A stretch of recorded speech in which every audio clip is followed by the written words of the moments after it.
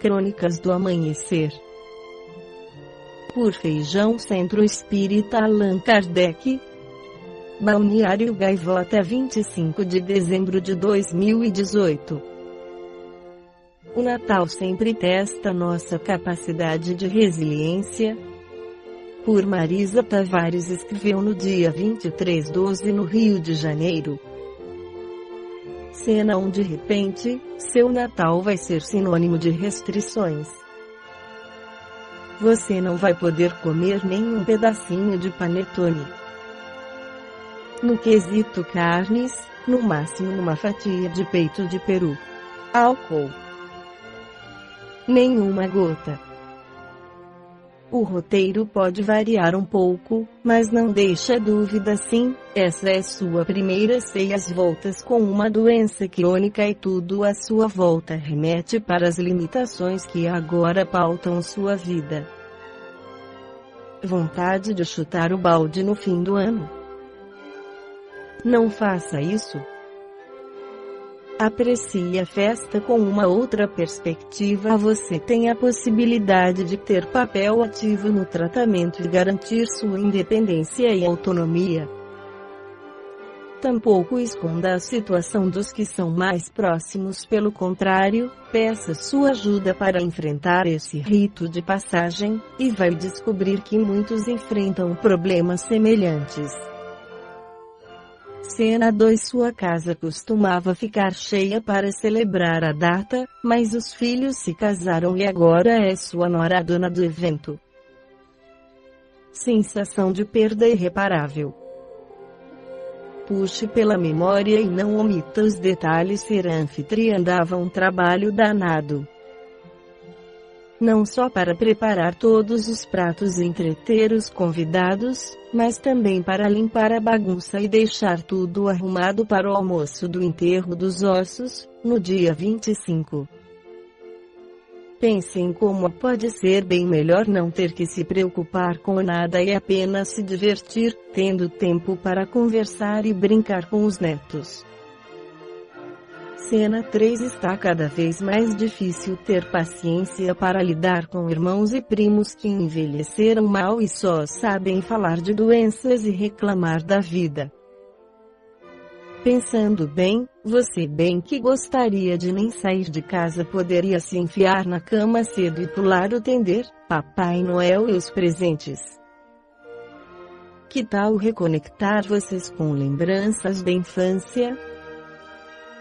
Leve seus álbuns de fotos e os convide a fazer uma pequena jornada ao passado falando sobre travessuras, namoros e transgressões. Até os jovens vão se interessar. Envelhecer significa colecionar perdas da própria juventude, do sobrenome corporativo, de pessoas queridas que se afastaram ou se foram. Somos atingidos pelos golpes, alguns de extrema dureza, mas a experiência é uma grande aliada para seguir em frente. Isso se chama resiliência. Envolve cultivar um otimismo maduro que não significa negar os problemas, e sim confiar na sua superação. Com frequência ela é posta à prova nessa época do ano, porque nada como um ambiente ostensivamente festivo para disparar o gatilho da nostalgia e da tristeza. No entanto, lembre-se quantas vezes você teve que dar a volta por cima e viu que era capaz de buscar energia para se reinventar, para vencer os obstáculos. Por isso, dê uma chance às suas emoções positivas e não fique de mal com o Natal antecipadamente. Encerramos as crônicas do Amanhecer de Natal com uma psicografia de Francisco Cândido Xavier do Irmão X, que é pseudônimo do escritor Humberto de Campos sobre Jesus, cujo nascimento deu origem ao Natal. Os conquistadores aparecem no mundo, desde as recuadas eras da selvageria primitiva. E, há muitos séculos, postados em soberbos carros de triunfo, exibem troféus sangrentos e abafam, com aplausos ruidosos, o cortejo de misérias e lágrimas que deixam à distância. Sorridentes e felizes, aceitaram as ovações do povo e distribuem graças e honrarias, cobertos de insígnias e incensados pelas frases lisonjeiras da multidão. Vasta fileira de escritores congrega-se-lhes em torno, exaltando-lhes as vitórias no campo de batalha.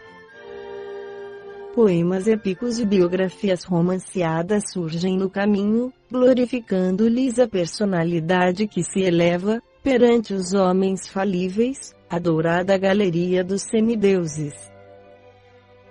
Todavia, mais longe, na paisagem escura, onde choram os vencidos, permanecem as sementeiras de dor que aguardarão os improvisados heróis na passagem implacável do tempo.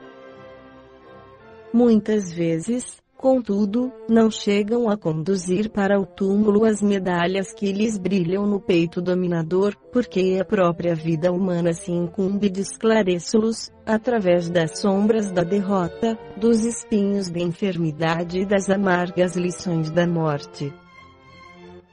Dario, filho de Estaspes, rei dos persas, após fixar o poderio dos seus exércitos, impôs terríveis sofrimentos à Índia, a Trada e a Macedônia, conhecendo, em seguida, a amargura e a derrota, à frente dos gregos.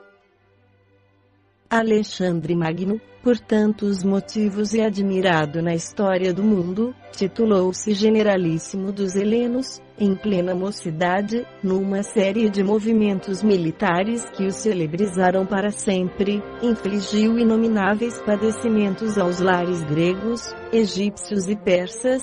Todavia, apesar das glórias bélicas com que desafiava cidades e guerreiros, fazendo-se acompanhar de incêndios e morticínios, rendeu-se à doença que lhe imobilizou os ossos em Babilônia.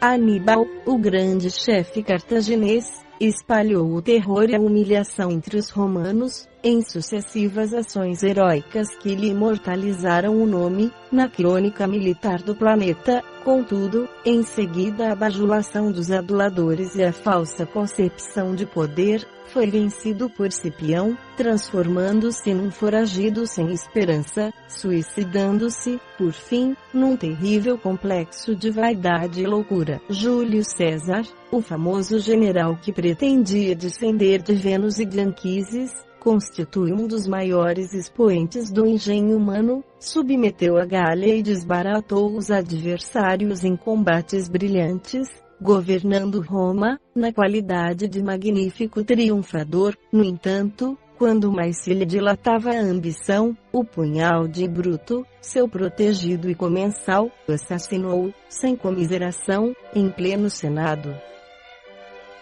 Napoleão Bonaparte, o imperador dos franceses, depois de exercer no mundo uma influência de que raros homens puderam dispor na terra, morre, melancolicamente, numa ilha apagada, ao longo da vastidão do mar. Ainda hoje, os conquistadores modernos, depois dos aplausos de milhões de vozes, após a dominação em que se fazem sentir, magnânimos para os seus amigos e cruéis para os adversários, espalhando condecorações e sentenças condenatórias, caem ruidosamente dos pedestais de barro, convertendo-se em malfeitores comuns, a serem julgados pelas mesmas vozes que lhes cantavam louvores na véspera. Todos eles, dominadores e tiranos, passam no mundo, entre as púrpuras do poder, a caminhos mistérios do sofrimento e dos desencantos da morte. Em verdade, sempre deixam algum bem no campo das relações humanas, pelas novas estradas abertas e pelas utilidades da civilização, cujo aparecimento aceleram. Todavia, o progresso amaldiçoa-lhes a personalidade, porque as lágrimas das mães, os soluços dos lares desertos, as aflições da orfandade, a destruição dos campos e o horror da natureza ultrajada, acompanham-nos, por toda parte, destacando-os com execráveis sinais. um só conquistador houve no mundo, diferente de todos pela singularidade de sua missão entre as criaturas. Não possuía legiões armadas, nem poderes políticos, nem mantos de gala. Nunca expediu ordens e soldados, nem traçou programas de dominação. Jamais humilhou e feriu. Cercou-se de cooperadores aos quais chamou amigos. Dignificou a vida familiar, recolheu crianças desamparadas, libertou os oprimidos, consolou os tristes e sofredores, curou cegos e paralíticos.